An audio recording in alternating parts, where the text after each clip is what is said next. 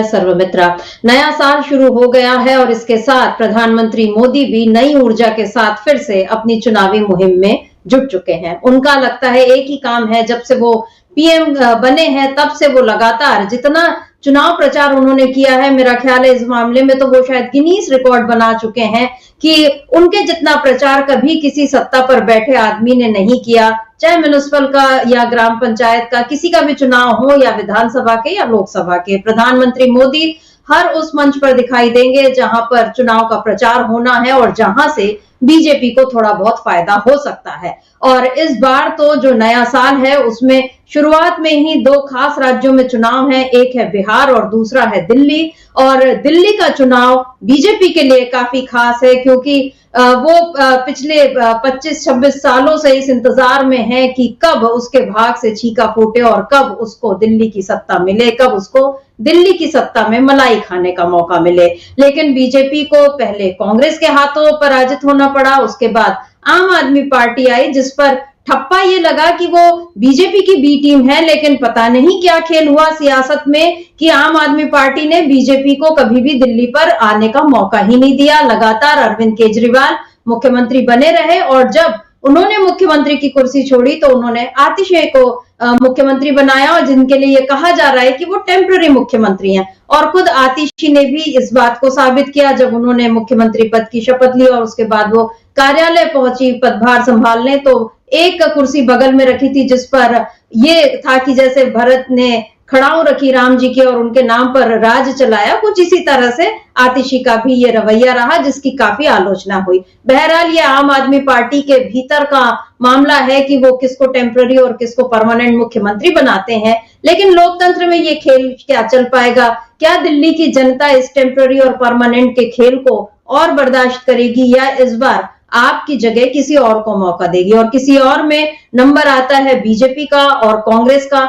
कांग्रेस भी जब से शीला दीक्षित 15 साल लगातार दिल्ली की सत्ता पर काबिज रही, लेकिन उसके बाद जो कांग्रेस हटी है दिल्ली की सत्ता से तो ऐसी हटी कि उसको विधायक भी नहीं मिल पाए, दिल्ली में उसका खाता खुलना मुश्किल हो गया। और इस बार कांग्रेस काफी उम्मीदें लगाई है। अभी हाल ही में बेलगावी अधिवेशन जो हुआ कांग्रेस का, उसमें उसने ये तय किया कि हम संगठनात्मक तरीके से भी हम मजबूत होंगे और अपनी पार्टी को मजबूत बनाएंगे। और कांग्रेस के अलग अलग राज्यों में हारने का सबसे बड़ा कारण यही था कि उसका संगठन कमजोर था।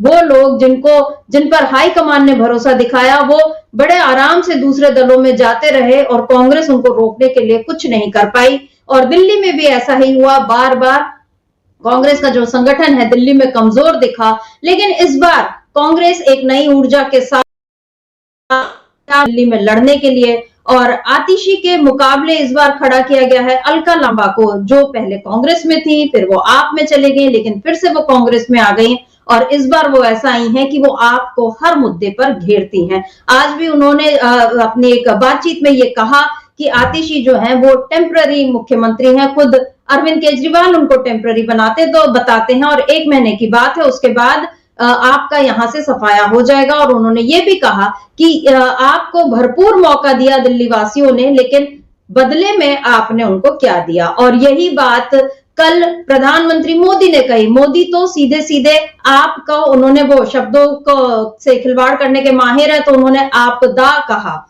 आपदा यानी मुसीबत, और ये मुसीबत वो बता रहे हैं अरविंद केजरीवाल को। और यही उन्होंने ये भी कहा कि मुझे मौका मिलता तो मैं भी शीश महल बनवा सकता था, मैं चाहता तो मैं भी शीश महल बनवा सकता था। लेकिन यहाँ अरविंद केजरीवाल ने जो किया उसको कल लेकर प्रधानमंत्री ने घेरा। कल से प्रधानमंत्री मोदी ने दिल्ली में चुनाव का आगाज कर दिया। कल उन्होंने बहुत सारे कार्यक्रम किए, उद्घाटन किए, शिलान्यास किए और अब सवाल उठ रहे हैं कि जो काम वो अब कर रहे हैं ठीक चुनाव के पहले, ये काम उनको इतने बरसों में क्यों याद नहीं आए थे।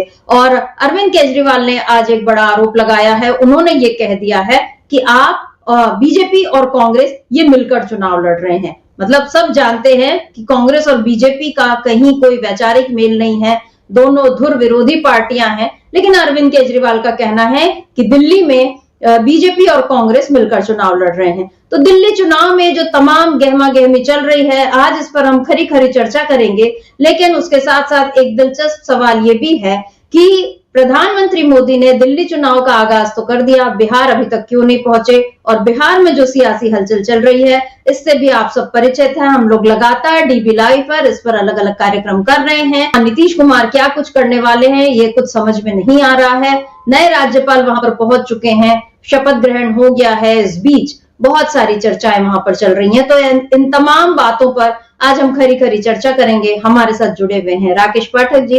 राकेश जी नमस्कार, स्वागत आपका। राकेश जी, अभी जो मैंने एक सवाल उठाया कि प्रधानमंत्री मोदी ने कल दिल्ली चुनाव का आगाज तो कर दिया, लेकिन क्या कारण है कि वो बिहार अभी तक नहीं पहुंचे, जबकि बिहार में इस समय काफी गहमा गहमी चल रही है। बिहार में ये भी हो रहा है कि बीपीएससी अभ्यर्थियों का जो एक आंदोलन वहां पर जो खड़ा हुआ है, आज हालांकि परीक्षा हो रही है, लेकिन जो सब तमाम ये हलचल चल रही है, इस बीच नीतीश कुमार को लेकर जो तमाम बातें आई, नीतीश कुमार चुप हैं, मोदी भी चुप हैं। मोदी यहाँ पर दिल्ली में चुनाव का प्रचार करना उन्होंने शुरू कर दिया है, बिहार जाने की जहमत अभी तक उन्होंने क्यों नहीं उठाई? क्या बिहार में बीजेपी निश्चिंत है कि इस बार जीत उसको मिलनी है और नीतीश कुमार की उसको जरूरत नहीं है, या कोई और कारण है? क्या कहेंगे? लगता है पहले हम दिल्ली पर बात कर लें, फिर बिहार की पड़ताल करेंगे। बिल्कुल बिल्कुल। देखिए, आपने बहुत अच्छी भूमिका दिल्ली के राजनीतिक परिदृश्य की बात दी। प्रधानमंत्री ने आगाज कर दिया और आपने ठीक कहा कि वे तो नगर पालिका और पंचायत तक के चुनाव में प्रचार करते।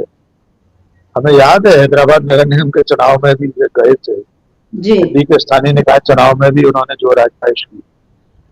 अब तो ये देश की राजधानी में उनकी नाक के नीचे सत्ता हासिल करने का सवाल। लगातार 2 बार 3 बार से अरविंद केजरीवाल और उनकी पार्टी बीजेपी को मात दे रही। ये बड़ा नासूर है बीजेपी के लिए और मोदी शासन। मोदी जी विश्व गुरु है, दुनिया के सबसे बड़े नेता हैं, और अपने ही देश की राजधानी में अपनी पार्टी को सत्ता में नहीं ला पा रहे। उन्होंने जिस तरह चुनाव का आगाज किया वो तो उनसे अपेक्षित ही था। हम सब जानते हैं कि वे प्रधानमंत्री की गरिमा का पालन नहीं कर पाते, उनके बस में नहीं। इसलिए अभी वे झारखंड जैसे बयान भी याद देंगे, हरियाणा के चुनाव में जिस तरह या लोकसभा चुनाव में जिस तरह मंगलसूत्र से मुजरे तक पहुंचे थे, वो सब होगा जी। शब्दों के साथ खिलवाड़ करने का उनका शौक है और उन्हें महारत है। इंडिया गठबंधन को भी जिस तरह से इंडी गठबंधन उन्होंने बना दिया जी, अब उन्होंने आम आदमी पार्टी के आप शब्द के साथ दा जोड़कर आपदा कर दिया। इसके जवाब में लोग बीजेपी को भी भाज पार्टी करते, भाजने वाली भागने वाली, वो भी कर देते हैं लोग।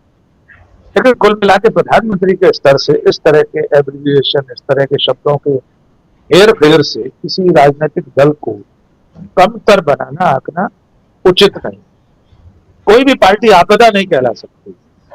जैसे जनता 3 बार से चुन रही है, अब तो कह रहे बीजेपी भी आपदा है देश के लिए। देश की जनता उन्हें चुनकर प्रधानमंत्री बना रही है, नाम बदलते रहे जिन्हें बदलना है। सर, ये राजनीति में चलता रहेगा। अब मोदी के सामने चुनौती यह है कि अरविंद केजरीवाल को जेल भेज चुके, उनके मंत्रियों को जेल भेज चुके, महीनों महीनों जेल में रहे हैं लोग।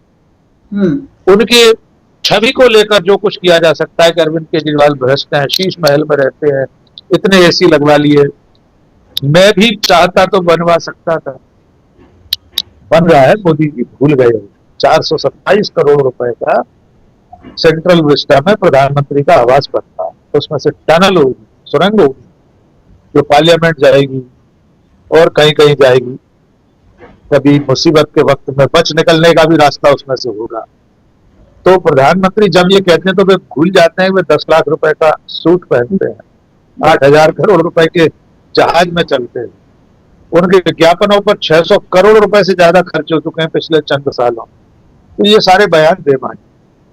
अब सवाल यह है कि दिल्ली का जो चुनाव है वो क्या द्विकोणीय रह जाने वाला है या त्रिकोणीय बने, क्योंकि कांग्रेस अपने सबसे बुरे दौर में से गुजर रही है दिल्ली में खासतौर से। वो लगातार पिछले चुनाव में शीला दीक्षित के बाद से 15 साल की सत्ता, इतने विकास कार्य, इतने फ्लाईओवर, मेट्रो, न जाने कितनी चीजें, इसके बावजूद कांग्रेस जब से खारिज हुई तो दोबारा आ नहीं पाई।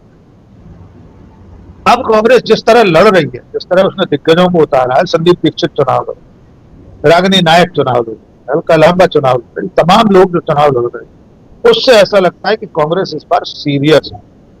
ये त्रिकोणीय मुकाबले में बदल सकता है, क्योंकि कांग्रेस के पास वहां कैडर भी नहीं है, अब उस तरह का संगठन भी नहीं बचा है।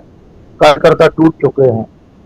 लेकिन अब राहुल गांधी की कांग्रेस है, थोड़ी तो बदली है, आखिर 99-100 सीटों की लोकसभा में मौजूदगी है। नरेंद्र मोदी चाहेंगे कि यह मुकाबला त्रिकोणीय हो जाए ताकि कांग्रेस और आम आदमी पार्टी के वोट बटे और बीजेपी सत्ता में आ जाए।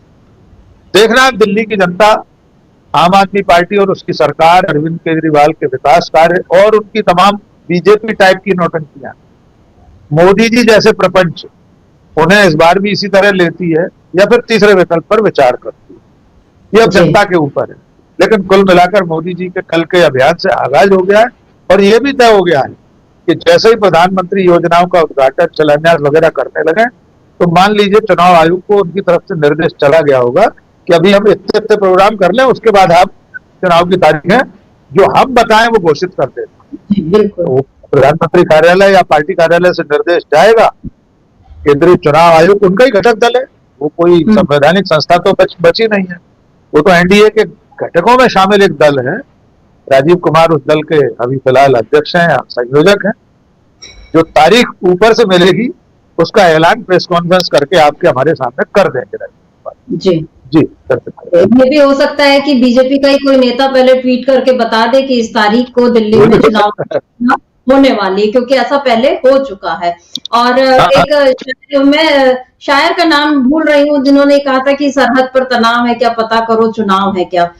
मैं शायर का नाम मुझे याद नहीं आ रहा, लेकिन और मैं शायद शेर भी सही नहीं पढ़ रही हूँ, लेकिन भावना यही थी कि सरहद पर तनाव है क्या, पता करो चुनाव है क्या। और अब ऐसा लग रहा है कि मोदी जी जब शिलान्यास करने पहुंचे, कोई नया उद्घाटन करने पहुंचे, तो पूछ लेना चाहिए कि पता करो चुनाव है क्या, क्योंकि वो जहां मौका लगता है वहां इस तरह से वो शुरू हो जाते हैं कि तमाम कार्य करना। और आपने बिल्कुल सही कहा कि खुद 10 लाख का सूट वो पहन रहे हैं और हजारों करोड़ों के हवाई जहाज में घूमते हैं, उनके खाने पीने पर जो खर्च होता है। और अभी आज ही हम ये फिर से ये चल रहा था कि जो बाइडेन की पत्नी को उन्होंने कितने हजार का जो हीरा जो है, हजारों डॉलर का हीरा गिफ्ट किया था, और ये सब जनता के पैसे पर ही हो रहा है। और उसके बाद उसी जनता से ये बोलने की हिमाकत कि मैं चाहता तो मैं भी ऐसा बनवा सकता था। तो आपने कोई एहसान नहीं किया, आप प्रधान सेवक अगर आप खुद को कह रहे हैं तो आपका काम जनता के लिए, और आपको बैठाया भी इसीलिए गया है। लेकिन मोदी की शैली अपनी है और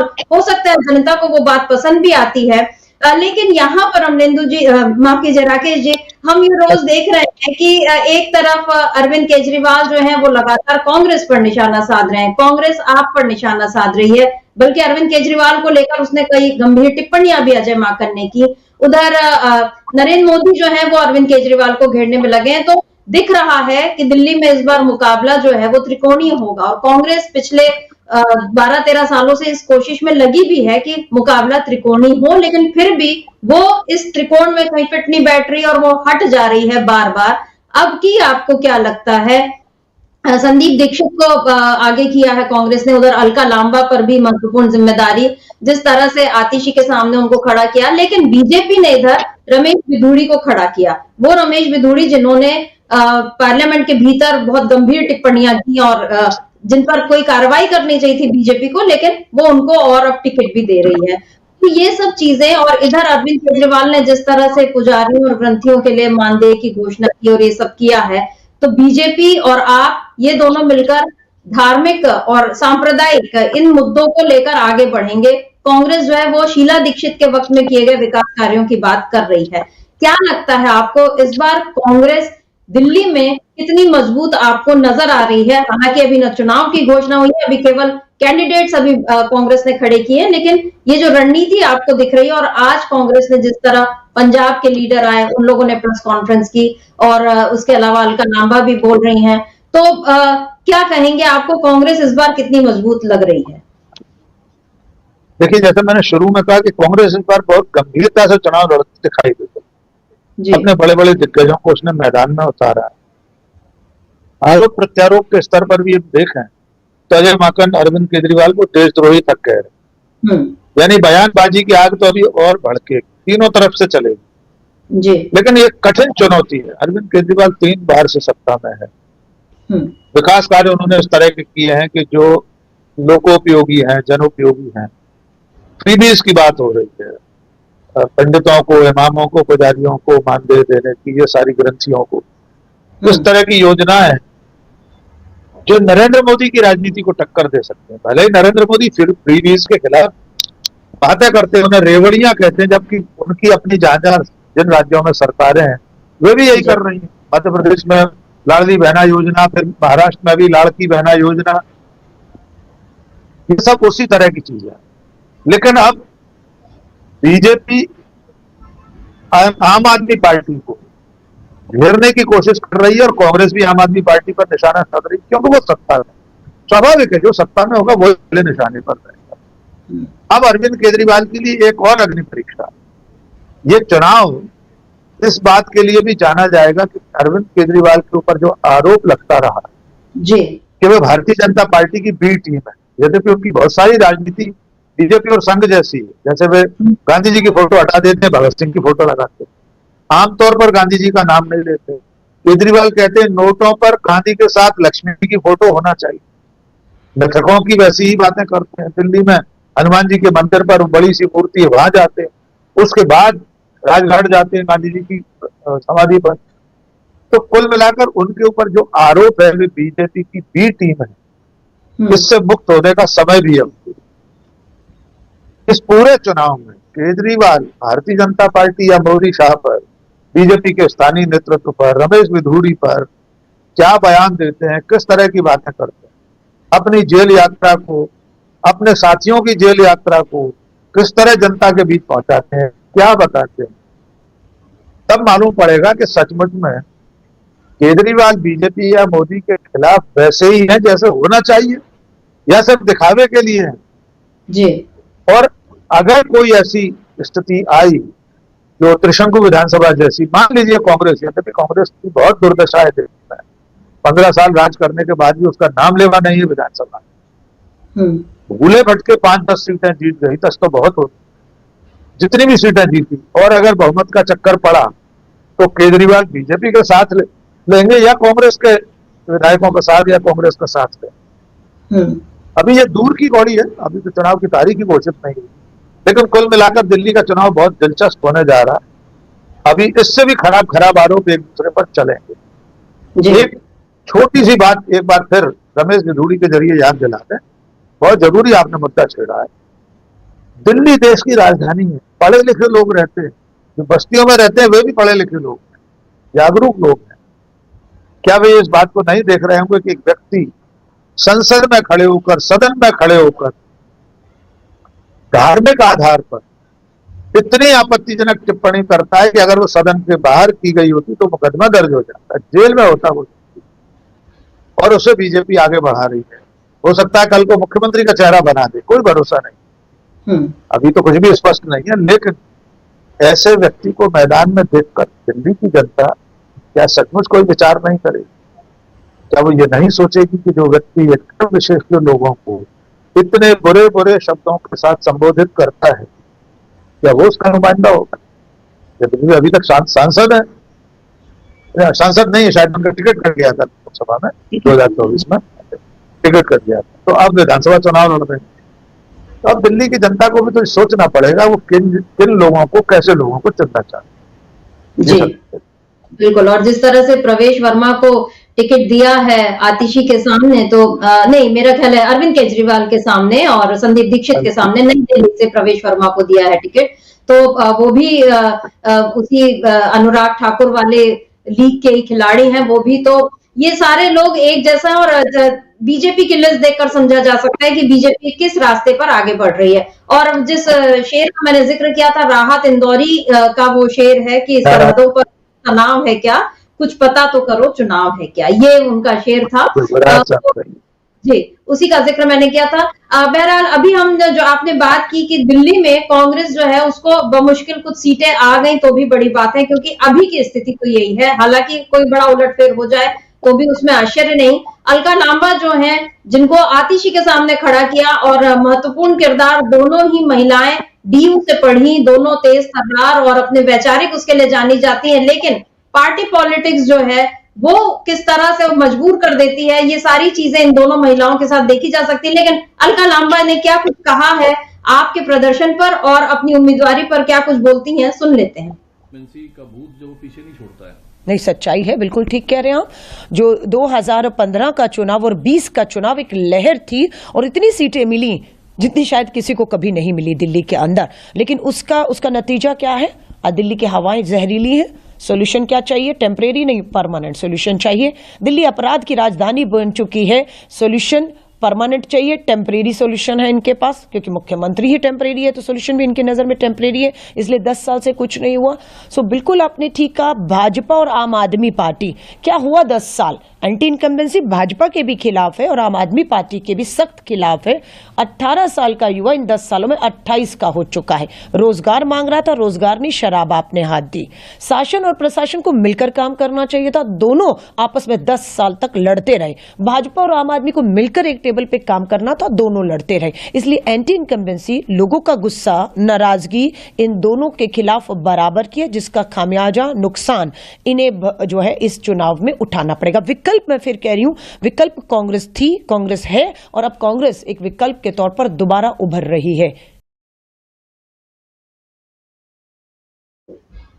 राकेश जी, अलका लांबा ने जो बात कही, एक तो एंटी इनकम्बेंसी की और दूसरा जो महत्वपूर्ण सवाल कि इन 10 सालों में 18 साल का जो युवा वो 28 का हो गया और उसने देखा कि उसके हाथ में कुछ नहीं आ रहा। और हम खुद दिल्ली में हम देखते हैं कि किस कदर बर्बादी बहुत सारे मोर्चों पर हुई है। सड़कें दिल्ली की अभी भी वैसी ही हैं, मतलब सुरक्षित नहीं है। जरा सी बारिश होने पर दिल्ली का हाल जो हो जाता है। दिल्ली दुनिया के सबसे प्रदूषित शहरों में से एक है। और सुरक्षा की बात भी यहाँ पर जो उन्होंने उठाई, बहुत जरूरी मुद्दे उठा रहे हैं। हालांकि अरविंद केजरीवाल आज भी उन्होंने जो प्रेस कॉन्फ्रेंस की वो ये कह रहे हैं कि गलत बिल आया तो मैं आपको पानी माफ कर दूंगा। तो उनका जो ये है कि वो अभी भी बिजली, पानी जरूरी मुद्दे हैं, बेहद जरूरी, और जो झुग्गी झोपड़ियों में रहते हैं उनके लिए खासतौर पर इनके मायने हैं। लेकिन अरविंद केजरीवाल क्या इन आरोपों पर कोई अपनी सफाई दे पाएंगे? और दूसरी तरफ जो ये बात कही, क्योंकि शीला दीक्षित के वक्त दिल्ली का जैसा पूरा बदलाव आया वो हम लोगों ने देखा है, तो आप क्या कहेंगे? अलका लांबा जो कह रही हैं कि क्या वाकई आप और बीजेपी दोनों के खिलाफ इस समय माहौल है? और सबसे एक और जरूरी बात उन्होंने जो कही कि उपराज्यपाल के साथ जो तनातनी और झगड़े में आपने जनता का नुकसान किया, और उपराज्यपाल पहले भी होते थे लेकिन हमने पहले कभी नहीं देखा कि इस तरह का मनमुटाव या इस तरह की तनातनी चलती हो, इस तरह के खिंचाव चलते हो कि उसमें जरूरी फाइलों पर दस्तखत रुक जाए या मुख्यमंत्री को धरना पे खुद बैठना पड़े, या ये जो अरविंद केजरीवाल ने सब किया। तो ये सब क्या कोई बीजेपी और आपका मिला जुला खेल था, या दिल्ली पर कब्जा करने का और कांग्रेस को हटाने का? और अब कांग्रेस हट गई है तो क्या जनता को उसका नुकसान समझ में आ रहा है?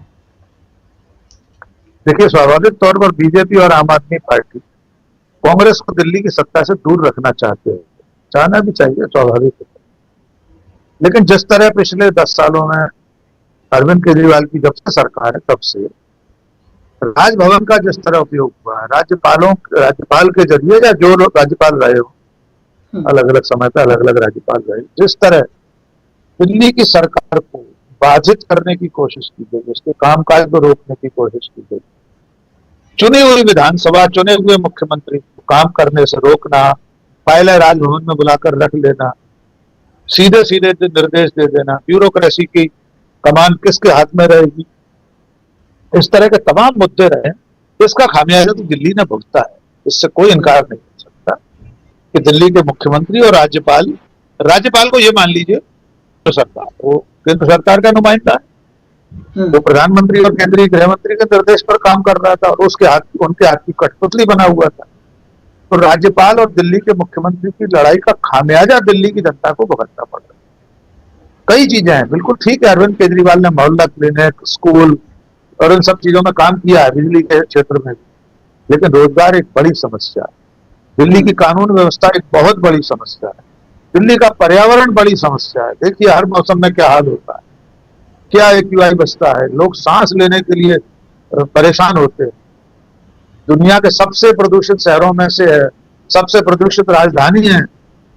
तो अरविंद केजरीवाल भी बराबर के जिम्मेदार है और केंद्र ने जो रोका टोकी की है, उन्हें काम नहीं करने दिया, उसके लिए केंद्र के जिम्मेदार है। अब अलका लांबा या कांग्रेस पार्टी दो बिल्लियों की लड़ाई में बंदर बनकर सत्ता की रोटी हासिल करना चाहते हैं। उनके लिए मुफीद मौका है कि बीजेपी और आम आदमी पार्टी एक दूसरे पर आरोप प्रत्यारोप की बौछार लगाए रखें। क्योंकि कांग्रेस तो सत्ता में नहीं है, 10 साल से केंद्र में नहीं है, यानी कितने साल से दिल्ली में नहीं।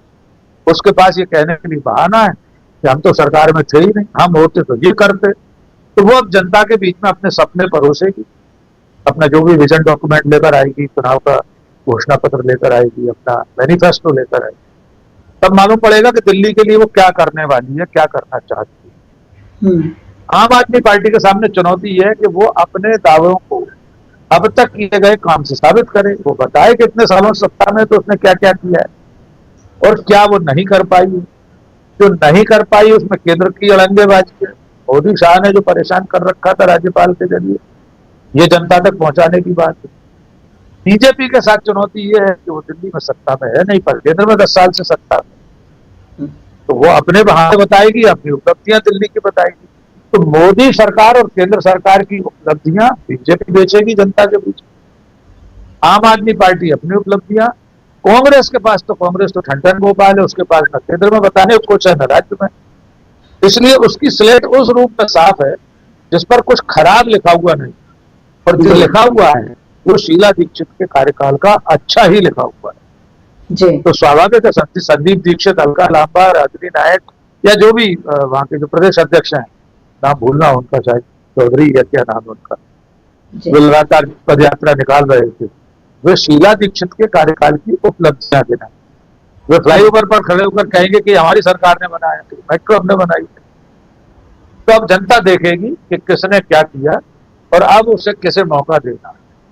तो हो सकता है आम आदमी पार्टी और बीजेपी की लड़ाई में कांग्रेस को कुछ बढ़त मिल जाए। जी बिल्कुल, कांग्रेस इसी फिराक में है और वाकई उसके पास खोने के लिए कुछ नहीं और पाने के लिए पूरी सत्ता है। दिल्ली की सत्ता अगर उसको फिर से मिल जाती है तो जाहिर है ये उसके लिए एक बड़ा मतलब उसको बोनस मिलेगा, क्योंकि हरियाणा हार गई, महाराष्ट्र हार गई और इन दोनों राज्यों में चुनाव के पीछे मतलब जो हार के पीछे कारण यही था कि ईवीएम में गड़बड़ी का आरोप कांग्रेस ने लगाया।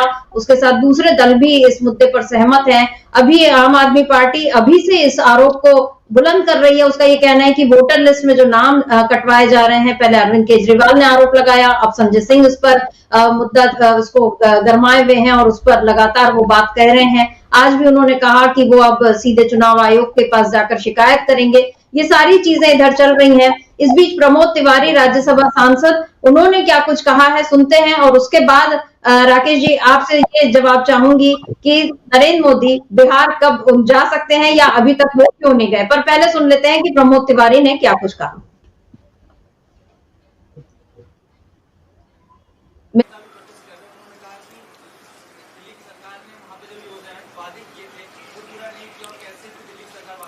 तो कांग्रेस को करने दीजिए प्रोटेस्ट, चिंता ना करो, जनता को भरोसा है? बोलने दो उनको, वो इन्हीं की महिलाएं हैं, पंजाब की महिलाएं नहीं है, पंजाब की सारी महिलाएं हमारे साथ हैं। उनको आम आदमी पार्टी पे भरोसा है। ये कांग्रेस की और बीजेपी खिलाफ अलका लांबा को उतारा गया है। अलका लांबा ने कहा कि ये लड़ाई दो महिलाओं के बीच नहीं है, जो कि आम आदमी पार्टी ने महिला को अपमानित किया है, ये कहते हुए कि अस्थायी मुख्यमंत्री आतिशी है, मुख्यमंत्री कोई अस्थायी नहीं होता है। मेरा सीधा कहना है, जनता दोनों से उगी हुई है। भाजपा के नेता, प्रधानमंत्री सब झूठे वादे करते हैं, पूरे नहीं करते। कोई दूसरा पूरा करने की कोशिश करे तो उसमें बाधा भी बनते हैं। ये हमने कर्नाटक, हिमाचल में देखा है। तो आज जनता चाहती है कि जो आज से 12-13 साल पहले शीला दीक्षित जी के शासनकाल में जिस तरीके से विकास हुआ था, आज वो विकास नहीं हो रहा है। तो निश्चित रूप से विकास होना चाहिए। इसके लिए जरूरी है कि जनता ने कुछ मन बना लिया है कि बहुत देख लिया आम आदमी पार्टी, बहुत देख लिया भाजपा, अब विकास के लिए, प्रगति के लिए, सबकी बराबरी के लिए कांग्रेस की बारी है। दशकों से आप केजरीवाल साहब उसी स्कूली शिक्षा को अपनी सबसे बड़ी सफलता बताते हैं। मैं एक चीज कहना चाहता हूँ, ये फैसला जनता करेगी ना। सवाल सीधा सा है, कुछ कमरे बनवा दो, उनको मॉडर्न कर दो, उससे शिक्षा में सुधार नहीं हो जाता है। केजरीवाल जी के समय में जिस तरीके से सरकारी स्कूलों पे धन खर्च किया गया, उसके अनुपात में शिक्षा की स्थिति में सुधार नहीं आया है। ये तो रिपोर्ट भी कहती हैं, लोग भी कहते हैं।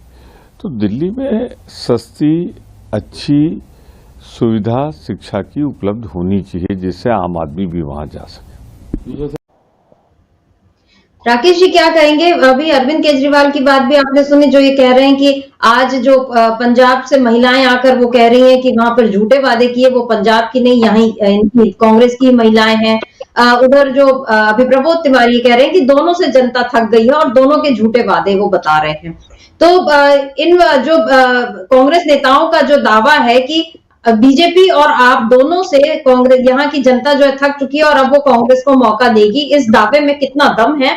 और दूसरा सवाल यही जो मैं शुरू से पूछ रही हूँ कि नरेंद्र मोदी बिहार का रुख क्यों नहीं कर रहे? उनको पहले क्या दिल्ली पास लगा कि हम यहीं बैठे तो चलो यहीं से शुरुआत कर दें, या बिहार में अभी वो किसी चीज का इंतजार कर रहे हैं कि वहां से कोई कंक्रीट खबर आए, कुछ नीतीश कुमार का अंदाज हो कि वो करने क्या वाले हैं, उसके बाद प्रधानमंत्री अपना दांव चलेंगे वहां पर? देखिए, प्रमोद तिवारी जो कह रहे हैं या अरविंद केजरीवाल जो कह रहे हैं, ये अब आरोपों का समय शुरू हो चुका है। जब तक मतदान नहीं हो जाएगा, परिणाम नहीं आ जाएंगे, हर पार्टी एक दूसरे पर तोहमत लगाती है। बिल्कुल ठीक कहा प्रमोद तिवारी ने कि कांग्रेस को जो उम्मीद है कि जनता बीजेपी और आम आदमी पार्टी दोनों से त्रस्त हो गई, जो मैं भी शुरू से कहता, अगर वो त्रस्त हो गई तो उसके पास तीसरा विकल्प कांग्रेस ही है। और कांग्रेस क्योंकि सत्ता में रह चुकी है, 15 साल शीला दीक्षित जैसी काबिल मुख्यमंत्री थी, उनका काम दिल्ली में दिखाई देता है। दुनिया में कहीं से कोई दिल्ली आए, उनका काम दिखाई देता है। अब ये चुनाव किस तरह लड़ा जाए, असली लड़ाई होती मतदान केंद्र तक मतदाता को लाने की, उससे अपने कामकाज बताने की, ये प्रचार उसके मन में बिठाने की कि सही काम उसने किया, ठोस काम उसने किया था। केजरीवाल अपने काम गिनाएंगे, बीजेपी अपने गिनाएगी, कांग्रेस अपने गिनाएगी। तो अब दिल्ली को दिल्ली की जनता के हवाले करते। अब चलते हैं बिहार। नरेंद्र मोदी असल में अभी इसलिए बिहार नहीं जा कि नीतीश कुमार ने कुछ असमंजस पैदा कर रखा है, और ये पूरी लड़ाई मुझे नहीं लगता कि नीतीश कुमार अब इस समय एन वक्त पर बीजेपी या मोदी का साथ छोड़कर इंडिया गठबंधन में जाएंगे। मेरा आकलन यह है कि वे इसलिए ये सब चीजें कर रहे हैं, दिल्ली आकर मोदी से न मिलना, जट नड्डा से न मिलना, अमित शाह से न मिलना, ताकि जब सीटों के बंटवारे की नौबत आए, जब टेबल पर इसका हिसाब किताब लगे कि किस पार्टी को कितनी सीटें दिए जाना है, तब नीतीश कुमार अपना अपर हैंड रख सकते। वे जीतन राम मांझी जैसों को तो दे सकते हैं एक आध सीट, लेकिन वे चिराग पासवान को नहीं देना चाहते। वे भारतीय जनता पार्टी को भी अपने हिस्से की सीटें नहीं देना चाहते। बीजेपी चाहती है कि अधिकतम सीटें वो अपने खाते में ले ले, ताकि चुनाव के बाद वो सबसे बड़ी पार्टी बन जाए। अब भी सबसे बड़ी हो गई, उनसे बड़ी तो हो ही गई। पिछली बार आपने डिस्कस यही था। तो मूल लड़ाई चुनाव से पहले, जैसे चुनाव, यद्यपि बिहार में चुनाव में देरी है, वो अभी नहीं होने वाला है, बस इस साल के सेकंड हाफ में होगा, तब तक ये सब रस्साकसी चलती रहेगी। नीतीश कुमार मौके बेमौके दिल्ली को आंखें दिखाते रहेंगे, को भवन में बैठे हुए भी कभी कभी दिखाई देंगे, उन्हें मनाने की कोशिशें होंगी, लेकिन बहुत जल्दी वे एनडीए गठबंधन से बाहर निकलकर इंडिया गठबंधन में चले जाएंगे। ये आकलन करना अभी थोड़ी जल्दबाजी है। थोड़े और बड़े संकेत में दें तब हम मान सकते हैं कि ऐसा करेंगे, और नीतीश कुमार ऐसा कर सकते हैं, ये तो पूरी दुनिया जानती है। वे 7वीं बार के मुख्यमंत्री, कितनी बार पलट गए, कितनी बार उन्होंने साथ छोड़ा है, कितनी बार बीजेपी के दरवाजे बंद हुए फिर खुल गए, लालू के दरवाजे बंद हुए खुल गए। लालू प्रसाद ने 2 दिन पहले कह दिया है हमारे दरवाजे खुले हैं, स्वागत। तेजस्वी कुछ और बयान दे रहे हैं। तो बिहार में नरेंद्र मोदी अभी नहीं जाए, जब तक बिहार के किले को पूरी तरह चाक चौबंद नहीं कर देते, उसके चारों तरफ खाइयां नहीं खोद लेंगे, तोपें तैनात नहीं कर लेंगे, तब तक बिहार नहीं जाएंगे। और उससे पहले ये सारी मोर्चेबंदी करने के बाद ये योजनाएं लेकर जाएंगे, उद्घाटन शिलान्यास करेंगे, तब चुनाव की घोषणा होगी, और उसके लिए पर्याप्त समय। जी, बिहार में बीजेपी को थोड़ा समय मिला हुआ है, हालांकि नीतीश कुमार कितना वक्त देते हैं ये देखने वाली बात है। लालू जी ने अपनी तरफ से संकेत तो दे ही दिए हैं, लेकिन नीतीश क्या फैसला लेंगे ये दिलचस्प रहेगा देखना। और उधर दिल्ली पर अभी लेकिन प्रधानमंत्री मोदी ने अपनी रैलियां और प्रचार शुरू कर दिए हैं, क्योंकि दिल्ली चुनाव की घोषणा अनुमान लगाया जा रहा है कि अगले हफ्ते तक हो सकती है। और अगर चुनाव आयोग को कोई और कुंडली देखनी हो तो वो देख लें, उसके बाद कोई शुभ मुहूर्त देखकर वो हो सकता है चुनाव की घोषणा करें। लेकिन फिलहाल जो जानकारी है वो यही है कि अगले हफ्ते तक दिल्ली चुनाव की घोषणा हो सकती है और उसके पहले जिस तरह से प्रत्याशियों के और मतलब इनकी जो लिस्ट आ रही है और जिस तरह से बयानबाजियां शुरू हो गई हैं, आरोप प्रत्यारोप का दौर अभी से शुरू हो गया है और जो आगाज है वो ही काफी तल्ख है। तो अंजाम पहुंचते तक क्या होगा ये देखना दिलचस्प होगा और दिल्ली चुनाव में आगे और क्या अपडेट रहेंगे इस पर भी हमारी नजर बनी रहेगी और हम आपको उससे अवगत कराते रहेंगे। तो राकेश जी, आज इस चर्चा को हम यहीं रोकते हैं। आपका बहुत बहुत शुक्रिया और शुक्रिया आप तमाम दर्शकों का जो आप हमारे साथ जुड़े और आपने इस चर्चा को ध्यान से सुना। आगे भी आप बने रहिए डीबी लाइव के साथ और देखते रहिए डीबी लाइव। नमस्कार।